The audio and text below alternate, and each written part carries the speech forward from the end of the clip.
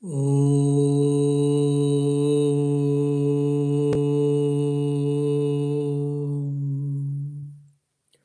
Asato Ma Sadgamaya Tamaso Ma Jyotirgamaya Mrityorma Amrutangamaya Om Shanti Shanti Shanti Hari Om. O Lord, please lead us from unreality to the reality, from false to the truth, from the darkness to the light, from the mortality to the immortality. Om, peace, peace, peace. My dear spiritual aspirants, today we are going to discuss an interesting topic for most of us. Why? Because I've taken a wonderful subject topic for today's talk or for some more weeks. The life of the Margaret Noble, that is known as Sister Nivedita, the dedicated one, who comes from Ireland, our own country. She is an Ireland's inspiration, Ireland's beautiful flower, Ireland's gift to the betterment of the society and for the mankind too. And she led such a beautiful life, dedicated life, committed life for the benefit of the humanity, mankind, to uplift them. It is worthy for all of us to know, to study about our life. When we study such type of great people's life, we do understand what is life and how should we treat the life, the situations, the problems, the challenges, so on and so forth. When we hear or when we try to know about the great achievements done by achievers, the people who have created the history in the world, we all feel, or many of us, most of us feel that we should also become like that, like them, him or her. But many of us, we don't try to understand. We forget, we miss the link that what are the ups and downs, ebb and tide in their life has come, and how did they face? How did they act? How did they react? How did they respond? Most of us, many of us, we forget and we keep complaining about our life, about the fate, about the God, about the world, about the society. That's the reason it is very interesting and it is very important to study the life of the great people. And among the such galaxy of people, great people, Sister Nivedita is one among them. And she dedicated her life to uplift the mankind, especially for the women and also for the poor people in India. Many are called, few are chosen. There's a beautiful saying, many are called, few are chosen. And the Lord has selected Sister Nivedita, born in Ireland, to his great noble work. The Lord was none other than, either we can say, Swami Vivekananda or by Sri Ramakrishna Paramahamsa himself. She was such a great lady. She was such a blessed lady where the Lord himself selected her for his noble work. For an example, Jesus Christ selected Saint Peter for his work. So similarly, Swami Vivekananda selected Sister Nivedita or the Margaret Noble for his special work in India particularly. Just we can feel how beautiful it is and how she would have been blessed, how she might be blessed, how she is blessed. Where is Ireland? Where is India? And the Vedantic monk, the Swami Vivekananda, selects Sister Nivedita, born in Ireland and working in London. Such a fantastic, fascinating story is the life of Nivedita, the story of Sister Nivedita. Her mother, Margaret Noble's mother, Mary Noble, was feeling somehow anxious during her pregnancy time, it seems. She was feeling that there may be some problem for delivering the baby. I may lose child. So that fear made her conscious and anxious. And just any devotee will pray to the Lord for his or her help, intervention. Even Mary also prayed to Jesus Christ for his blessings so that he can deliver the baby without much problem. And she also took a vow that if I deliver the baby without much problem, and if baby lives with good health, I dedicate her for the service of you. See, what a magnanimous idea again by Margaret Noble's mother, Mary Noble. She takes a resolve, she takes a vow when Margaret Noble is in her mother's stomach that if this child is born and live healthily, then definitely I will dedicate her for the service of the Lord. And she takes the vow, and the child was born safely without any problem. And Mary Noble dedicated her daughter, Margaret Noble, for the service of the Lord, for Lord service. And that's how Margaret Noble life was pruned and done for Lord's service, Lord's work. And when we study at broad canvas, we can classify the life of Sister Nivedita into 3 parts, or 4 parts also we can say. One is her childhood, her adolescent timings, and during youth. And second thing is, after meeting Swami Vivekananda, the lion of Vedanta, the Vedantic monk, her ideas got changed. There was a lot of ups and downs happened in her thinking, in her emotions, in her thought process. And she had to prepare herself to leave England and to go to India for the service of Indians as her teacher Swami Vivekananda told or instructed. This was the second part. Then third part is she got intensive training by her guru, Swami Vivekananda, to become the fittest instrument in Lord's hands. That was the third phase, we can say. And after her guru's passing away, that is, after leaving, when Swami Vivekananda left his mortal coil, and from that time till her death, till her leaving mortal coil, that is the fourth phase or fourth part, we can say, in the Sister Nivedita's life. There are 4 parts we can study. This Margaret Elizabeth Noble, born in Dungannon on October 28, 1867, in the present day Northern Ireland, which is a part of Northern Ireland and part of UK. But actually, when she was born, it was part of Ireland. We all know that, whoever knows the history of the Ireland. And her grandfather was John Noble. He comes actually from Scotland. So they belonged to Scotland descent, and maybe 3 or 4 centuries before they had settled in Ireland. And her grandfather was wool merchant.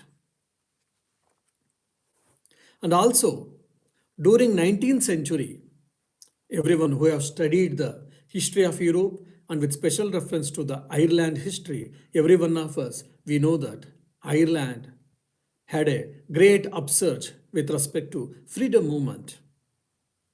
They wanted to get rid of British people and they wanted freedom from the Britain. And Sister Nivedita's grandparents also, grandfather also, they had participated in this freedom movement. For example, Fenian National Militant, Home Rule Movement, Land League movements, these were the freedom movements. And their descendants, Noble descendants, that is Margaret Noble descendants, they had participated in all these freedom movements. So by birth, Sister Nivedita had got that love for Ireland and struggling for the freedom of the Ireland. And Margaret Noble's father, John Noble, he was minister in the Wesleyan Church in Northern Ireland. And he was such a beautiful preacher. He used to teach or used to explain the Bible in such a lucid manner. People used to listen and they used to forget the time. That's why he was considered as a notable teacher. He was known for his skills of teaching, explaining the Bible and the stories. So people used to like Father John Noble.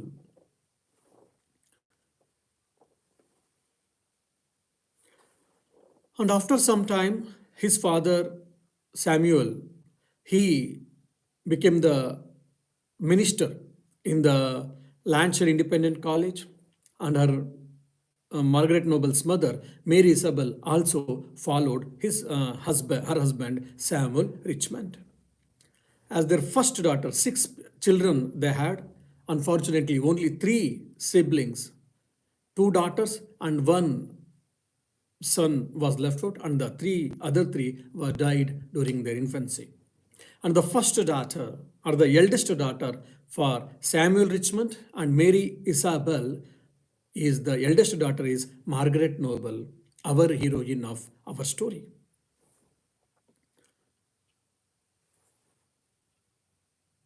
And this Samuel Richmond is such a great inspiring personality for Margaret Noble. Why? He always believed in simple living and high thinking. He himself was religious preacher, and whatever Jesus Christ had told, to the letter, he tried to follow and practice in his life. And he also followed simple living and high thinking.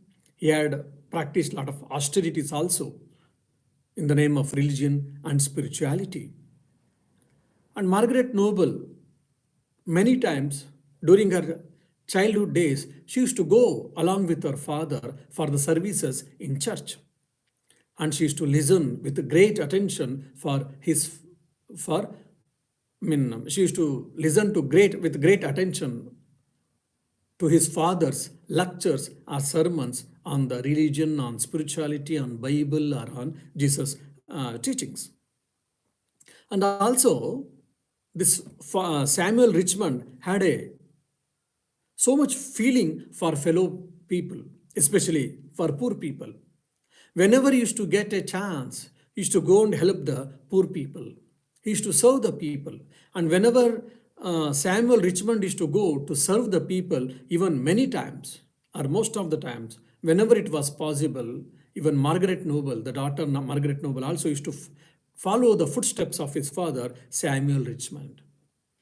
So, interest in religion, interest in God, interest in spirituality, interest in serving the people, and especially downtrodden or the people of deprived people, underprivileged classes, whatever we say, serving them, this nature, this character for Margaret Noble came from her father, Samuel Richmond, we can say very clearly.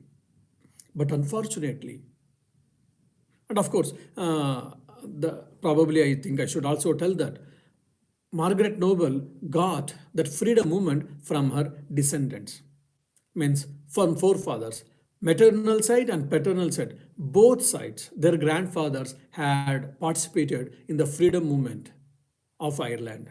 So from their grandfathers, she got the love for Ireland, participating in the freedom movement of Ireland, and also the religious fervor and helping the people, serving nature, philanthropic mindedness she got from his father, that is Samuel Richmond. There is a Sanskrit couplet, Ati Sarvatra Varjayet. We should not go to other extremes. Extremes should be shunned. This is the one of the preaching of Lord Buddha. We have to take a middle path. We should not eat too much, and we should not also live without eating anything. We should unnecessary fasting, I mean to say. So we should eat discriminately. Similarly, we should not sleep too much for long hours, and without sleeping also we should not do. Whatever basic thing is required for the body, we should sleep. Similarly with recreation. So with our lifestyle, we should follow the middle path. But unfortunately, because of interest in the religious practices, spiritual practices, Samuel probably he took some extreme steps, extreme austerities. As a result, just at the age of 34 years, Samuel Richmond passes away because of extreme austerities and having a lot of very simple, very simple, plain life, so on and so forth. Because of his ill health, at the age of 34 years, Samuel Richmond passes away. And that time, the eldest daughter of the family, that is Margaret Noble, she was just 10 years.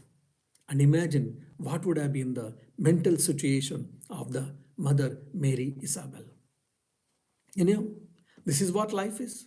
We have to take care, we have to somehow swim across the currents. So Margaret was 10 years, and she was the eldest child, eldest daughter of the family. But somehow with difficulties, Mary Isabel, she tried to run the kindergarten course or kindergarten school so that she can run the family. For 2 years, she tried hard, but whatever the meager expenses she used to get from running kindergarten school, it was very hard to maintain the family, herself and three children, two daughters and one son. And there was no other way. She had to leave the London, and she had to go to again Northern Ireland, where her father was there, Father Hamilton. And she requested him to help him, to assist him, so that start she can start or she planned to start the guest house in the Belfast, again, which is a part of Northern Ireland today.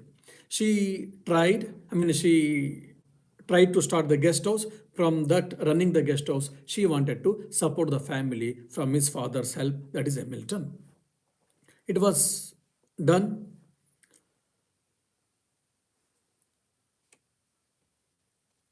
Then Halifax College, Margaret and her sister May, both of them, they got admitted to Halifax College, which was run by Congregationalist Church. Why I'm mentioning this is worth to note here is the Margaret Noble, she got the sacrifice towards her personal sacrifice for the betterment of the society or for the betterment of the people. I have to do personal sacrifices, otherwise I may not be able to serve the society for a long time at large. That idea was very strongly impressed on Margaret Noble's mind. And when did it happen? How did it happen? It happened during her college days by observing the life of headmistress of Halifax College. Sister Nivedita, she was very close contact with the headmistress of the Halifax College. There she was impressed by her headmistress, her dedication for the betterment of the society. And she also probably thought that it may be required to for upliftment of society. If there is a requirement, then I should sacrifice my personal comforts for the betterment of the society, for the upliftment of the poor people. Here she took physics, arts, music and literature, and she was good student, and she used to excel in her studies also. And you see, during adolescent age or during youth age, when we get bored from study, what we say, okay, we will have recreation, we will have light study, or we want to go and play, And of course, in today's time, we would like to watch television, we would like to play some games in the mobile or internet surfacing, all things we do just to check the boredom, just because we don't want to study at all times. We want change. This is the difference between a common people and extraordinary people. And Margaret Noble, when she was studying in the Halifax College, she had she was staying in the hostel. You know the hostel life. It is very routine life. Morning to evening, there'll be same routine. Every day morning, you have to get about 6 o'clock, finish ablutions, have some prayer, maybe some exercise, then study, then have a breakfast, then go to classes, then lunch, then classes, then evening some play, maybe prayer, study, then again sleep. So there will be very monotonous life. From morning to night, there will be the same type of routine. Whether you like or not, you have to follow. Generally, most of the hostels, the timetable is put so that we can control the children. Otherwise, it will be very difficult to bring the discipline among the children or students. This was the same case even in the hostel where Margaret Noble and her sister Maeve, she was staying. Now, probably some of the children might have thought, might have done child pranks, might have done some ways to get out from this routine or from this boredom of the routine.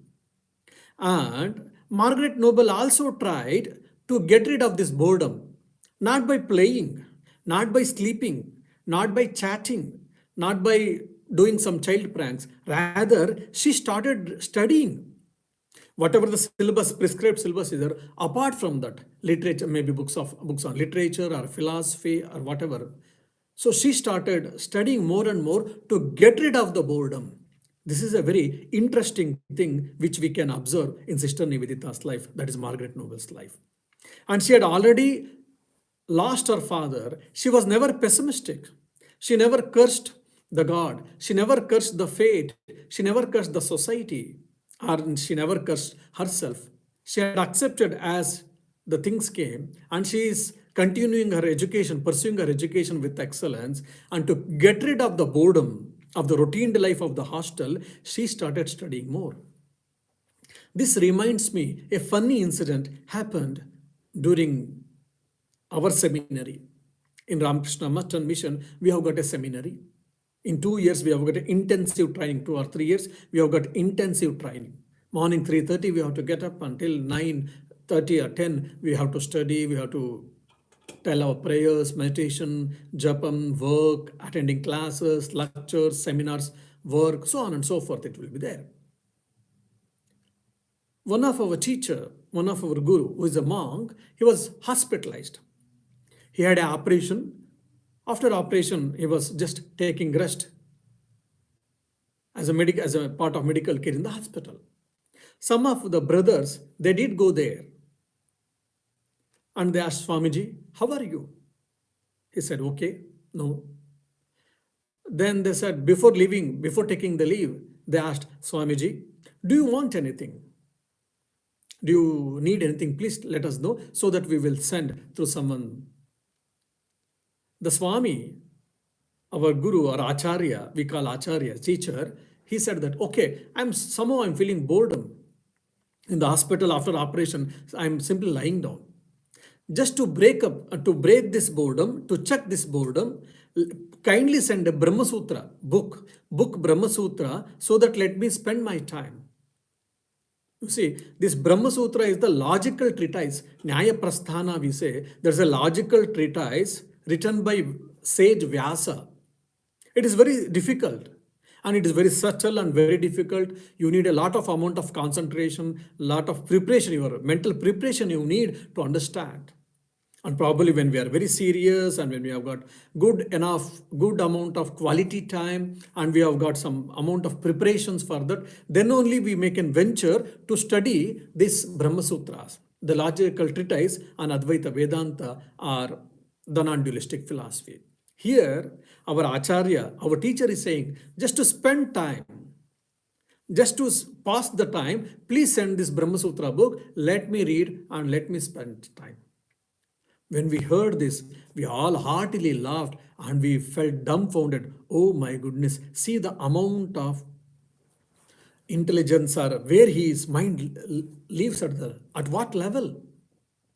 Just to spend some time, his free time to make use of his free time, he would like to study the Brahma Sutra.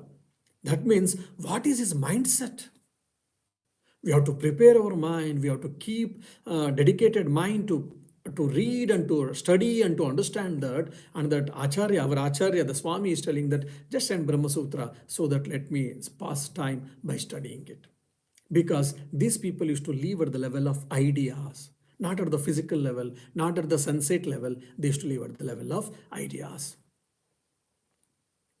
So even we can see in the life of Margaret Noble during her youth, where most of the times many of the youngsters they ask us, "Oh Swami, please tell us how to concentrate our mind, how to check the distractions, maybe television, maybe sports, maybe watching movies or internet surfacing." So many types of distractions we will be having. We wanted to check. Many youngsters they ask, and that will be a huge problem. Here, Sister Nivedita, to check the boredom, she's studying more books. She's studying out of syllabus. She's studying literature, books on religion, philosophy, literature, so on and so forth. This is what Sister Nivedita or Margaret Noble.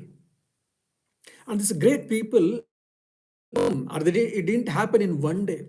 A whole of our life, whole of their life, we should study. Then only we will understand how their life will be, how they are a different life. Problems and sorrows and happiness, unhappiness, all these things, whatever we face, they might have faced same thing. And they might have faced more than us, but still, the way they have responded to it, the way they have acted towards it is something different and spectacular. That's what we have to understand. And at 17 years, at the age of 17, that is in 1884, she finished her exams, she finished her schooling or college, and she started teaching at school in Keswick, in a town in England. Because she had to support the family. Because she knew that there's a financial glitches, financial constraints in the family, and her mother, she is struggling to support the family. As a result, at the age of 17, she started working to support the family. And in 1886, at Rugby, she started again. She started as a teacher in a charitable orphanage under Mrs. Nicholson. See, she has got financial constraints with the family, no doubt. She has to support them, no doubt. But at the same time, even the sense of charitable mindedness, philanthropic mindedness has not gone completely. Maybe I have to work to support my family, no doubt, but at the same time, I have a duty towards my society, towards the country, towards the mankind. So instead of working somewhere, she started working in the charitable orphanage and to support the people there also, to support the children. There she was feeling very happy. She felt heart contented. Why? Because she is able to serve the society. She was able to serve the orphans. Apart from teaching, she used to take care of their other needs also. And in 1887, again, in North Wales, in Wrexham, she took a work. And what is the special here? And this was the coal mining area. People had a lot of difficulties, lot of challenges to lead their life. So in such place, earlier she was working in the Rugby where there was a orphanage, charitable orphanage. Now here coal mining workers are staying. There they had a difficulties to lead their life. At that place, she has gone and she was working for giving education for schooling of the children of the laborers. And it was not simply because she has to do something, so she was not doing. With lot of enthusiasm, dedication, commitment, concentration, perseverance, she was doing her profession, teaching profession.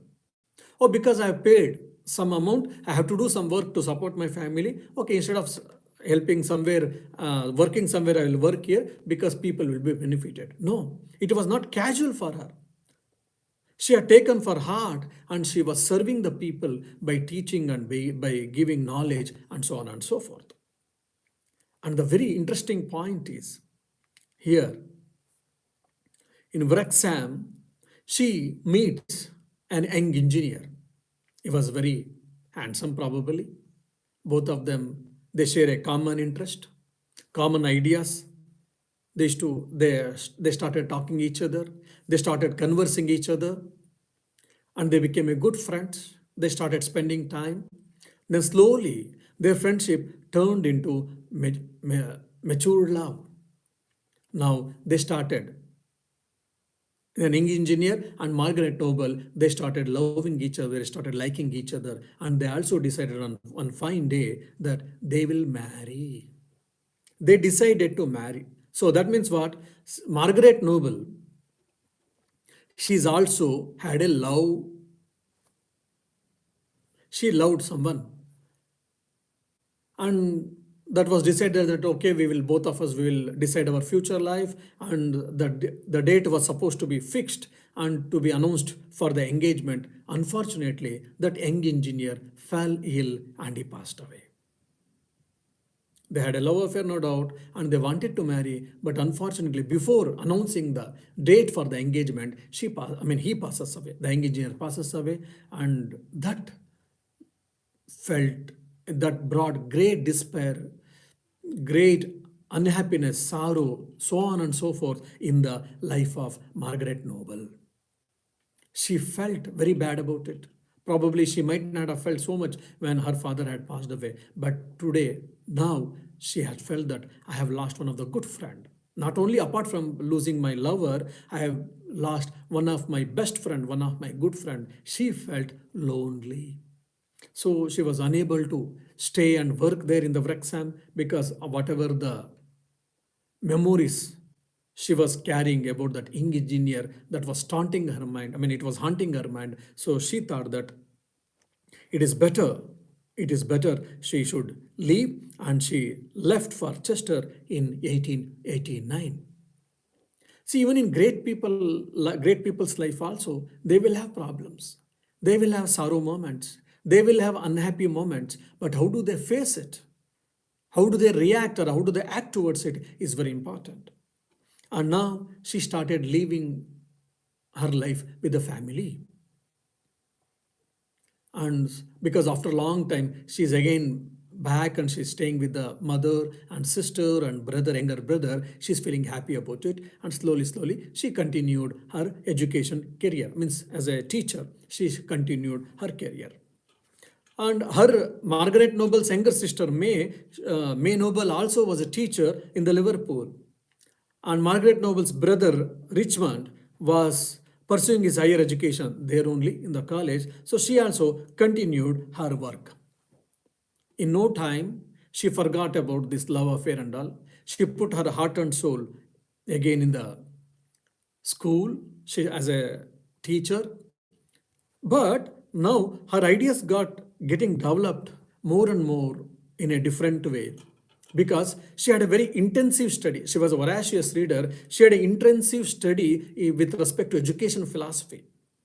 She wanted to make an experiment in the education field, and she wanted to bring a great change in the education field.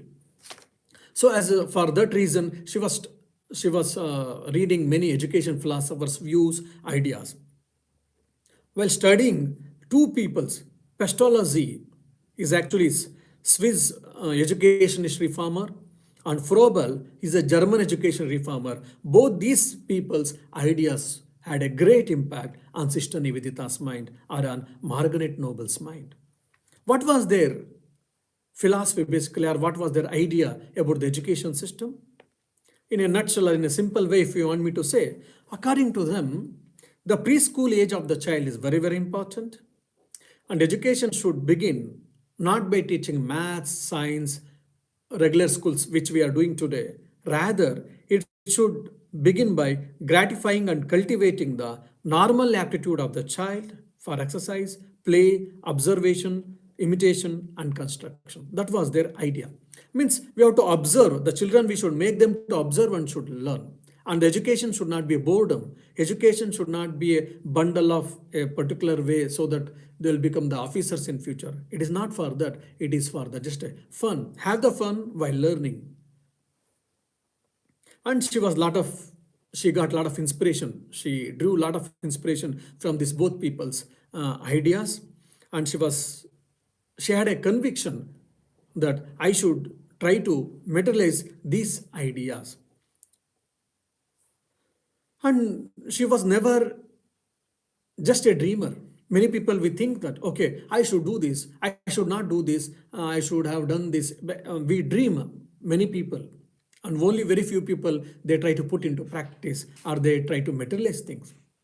And Margaret Noble, she had an iron-willed woman, so she was never stopped herself with dreaming. Whatever she dreamed, she tried utmost to put into practice. This new educational thought she wanted to put into practice. She wished in Liverpool, Mr. and Mrs. Logman and Mrs. D. Liu were advocated this new education philosophy or principles, ideas. There, she started working with them.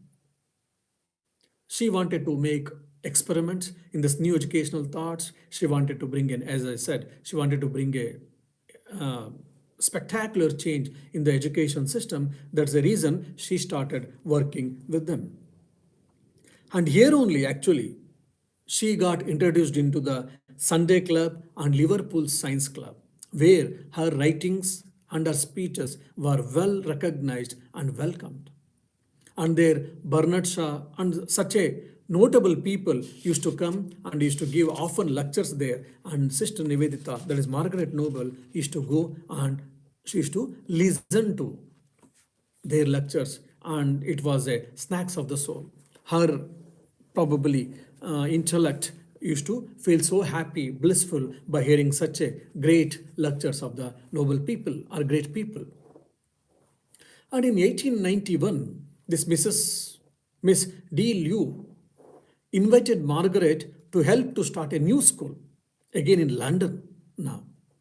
So she agreed and she left Chester and settled in Wimbledon, which is a part of London, nearby London or UK, and with her mother for school purpose. From Chester, she went to Wimbledon with her mother. She stayed there, and with Miss D. Liu, she started working for new educational thought with the school. 1 year, she very intensely, she worked. She was very happy about it. And she was very joyful. And she was also feeling happy about she is able to put the new educational thoughts into the into materialization, or she was able to materialize these thoughts. And slowly after a year, an idea lingered in her mind. Now, why should not I start a new school of my own? Why should not I start a school of my own where I can make much more experiments? See, now all these things, when she was working with a DLU and Mr. and Mrs. Logban, no doubt the new educational thoughts were experimented there, no doubt. But probably they had their own way of putting things, perceptions and confinements. According to that, probably even Nivedita had to work somewhere. Now she was more confident about this new educational thoughts and new educational views, and she was matured enough. She had a lot of experience, exposure, and knowledge. So she thought, why should not I start a own school, a school of my own, and where I will have more freedom, where I can make much more experiments, and probably I'll be able to bring the greater impact on the society. And this thought really, it changed her life probably in 1892. With great interest and enthusiasm, difficulties, maybe yes, it was with difficulties and perseverance, she started a new school of her own in Kingsligate School. And she started working independently. See, that's what I'm saying again. Probably these people, they were never dreamers. They had this to keep target, and they started working to reach the targets to fulfill their dreams. And it was not a cakewalk. It was not, her life is not with full of roses. Just like a rose is there, that means thorns are there. So similarly, she had a lot of problems. She had a lot of challenges. She had a lot of financial constraints. But in spite of all that, she was enthusiastic. She was optimistic with iron will, with great enthusiasm, dedication, commitment, perseverance. She was doing all this great work. And in 1892, she started her own school to experiment the new ideas. And now she was a very mature educator and she was known in the society. Many people they started to acknowledge her educational views and probably they started appreciating her educational ideas and as well as her educational work. But at the same time, there were so many things were happening external, no doubt. But internally, in Nivedita's mind, still there's a lot of storm was going on. Her mind was trying to find out something. Yes, fine. She was voracious reader. She used to read a lot of books. Now she's also very happy about, and she was very much impressed about the new education thoughts of the two people. And she had made an experiments into two different schools, and she had started her own new school, and she's very happy about it. Probably about the impact and about the results. Fine, but still, her soul, her soul means here, her mind was not feeling enough. I need something. Probably my mind is aspiring for something else, for some higher thing. What it is, that thought was lingering in Margaret Noble's mind. And this is the time, and this was the time where she met the lion of Vedanta, the Vedantic monk, the Swami Vivekananda. In 1895 or 90, in 1896, more or less, she heard from her friend about the great Vedantic monk about Swami Vivekananda. Initially, she was reluctant. She was not interested. Okay, I don't want to listen to all of that. But her friend said, no, it is better. Please, you come and listen to it. Probably you may like it because you are a voracious reader. You are a woman of intellect and you like new ideas, new thoughts. And he is known for it. And his skills, his expertise on philosophy and so on is very impressive. Then, because of her friends persuading, she came and she listened. She started listening to Swami Vivekananda's lecture in London. In listening one or two lecture, she became the fan of this Hindu monk that is Swami Vivekananda.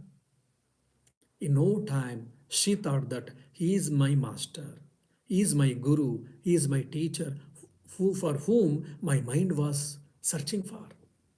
Till now, my mind was searching for a suitable person to take him or her as my guide and to follow his or her teachings. And now I feel fervently with all great conviction that yes, here is my teacher, here is my guru, where I can follow his words. And she was also a young lady, and Swami Vivekananda was also young, where once the sister Nivedita, that as a Margaret Noble, she goes and asks Swami Vivekananda, Swami, I have accepted you as my guru. I would like to serve you. Please, can you instruct me? Can you tell me how can I serve you? Swami Vivekananda, he had a lot of problems in the West, no doubt, and he also had a financial constraints, no doubt, but he never asked for money. He never asked for any physical comforts. He never asked for good clothing. Immediately, he said, immediately he said that, can you serve my motherland? Can you serve my mother India? Because I know that I have heard that you are a good educationist. We had in the Vedic ages, thousands of years before, even the woman, Indian woman had education. But unfortunately, due to social and political reasons, Indian girls are deprived of education. I want them to be educated like in the West. So can you come and work for my motherland, for my sisters and sisters, for my sisters, can you come and work? Immediately, Nivedita or Margaret Noble said, yes. And No, she has said that I will go to India. I will go to India and I will work for the upliftment of the Indian girls' education.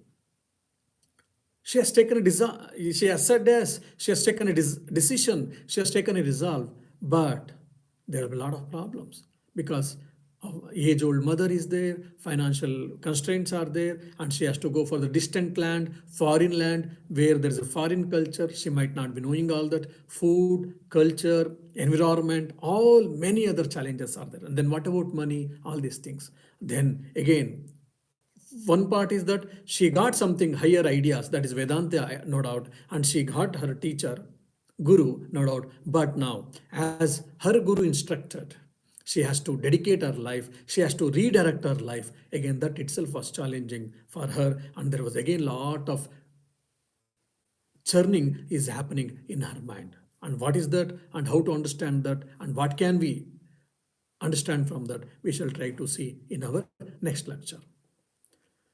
Om Shanti Shanti Shanti. Hari Om Tat Sat. Shri Rama Krishna Arpanamastu.